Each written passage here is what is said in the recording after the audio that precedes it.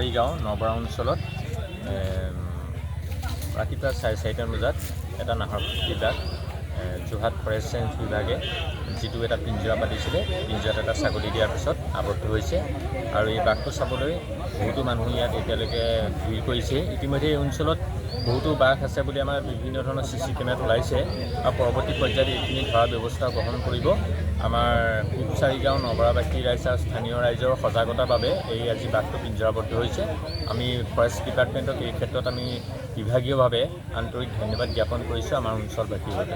এই দুমাহমানৰ আগৰ পৰা এই নাহৰ ফুটুকী বাঘটো ইয়াত ওলোৱা আমাৰ ৰাইজে দেখিবলৈ পায় আৰু ইয়ে আহি পেলাই ইয়াত গৰু ম'হ ছাগলী আদি খাই উপদ্ৰৱ কৰি আছে আৰু ৰাস্তাত মানুহে আহোঁতে যাওঁতে সন্মুখীন হয়। সেই হেতুকে ফৰেষ্ট ডিপাৰ্টমেণ্টে খবৰ দিয়া হ'ল আৰু তেওঁলোকে আহি ইয়াত পিঞ্জৰা কৰিলে। আজি এই পিঞ্জৰাবদ্ধ হ'ল। ৰাইজে আমাক আজিৰ পৰা প্ৰায় এসপ্তাহৰ আগতেই আমাক এইটো বিষয়ে অৱগত কৰিছিলে। এইটো ৰেঞ্জ অফিচত, যোৰহাট ৰেঞ্জ অফিচত। তাৰ পৰা প্ৰায় মানে খবৰ যিদিনাখন দিছে তাৰ পিছদিনাখনে আমি ইয়াত এইটো বাঘৰ এইটো আপোনালোকে এইফালে আছে, বাঘৰ গঁড়াল পাতি থোৱা আছে।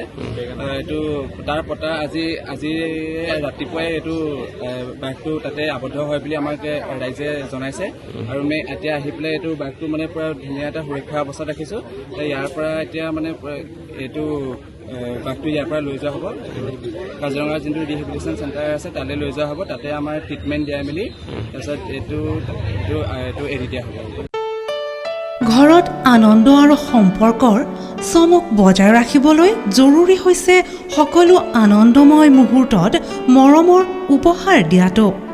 সেইবাবে মধুশ্ৰী জুৱেলাৰ্ছে আনিছে সকলো ৰঙীন ক্ষণৰ বাবে বিশেষ গহনা।